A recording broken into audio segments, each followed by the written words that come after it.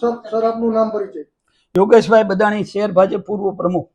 Sir, વાત કરીએ social મીડિયામાં આપણે એક વિવાદિત પોસ્ટ સામે આવી છે, શું કહેશો? એટલે આ પોસ્ટમાં અગાઉ હું મહામંત્રી હતો, 2 વાર મહામંત્રી હતો, શહેર પ્રમુખ પૂર્વ હતો. એટલે અગાઉ મારું એકાઉન્ટ ઘણા લોકો સંભાળતા હોય. મને આ વિશે ધ્યાન પડી એટલે તરત મેં પોસ્ટ ડિલીટ કરી નાખી. એટલે સોશિયલ મીડિયામાં પોસ્ટ જ્યારે મેં જોઈ એટલે તરત મેં ડિલીટ કરી નાખી. એટલે કદાચ મારું એકાઉન્ટ કોઈ ગેરઉપયોગ કર્યો એવું લાગે છે. ખાસ કરી વાત કરીએ તો પોસ્ટમાં શું લખાણ હતું? તમે જ્યારે ડિલીટ કરી ત્યારે વાંચ્યું છે, પણ ડિલીટ કરી હોય ને શું હતું લખાણ? એ મેં વાંચ્યું નથી.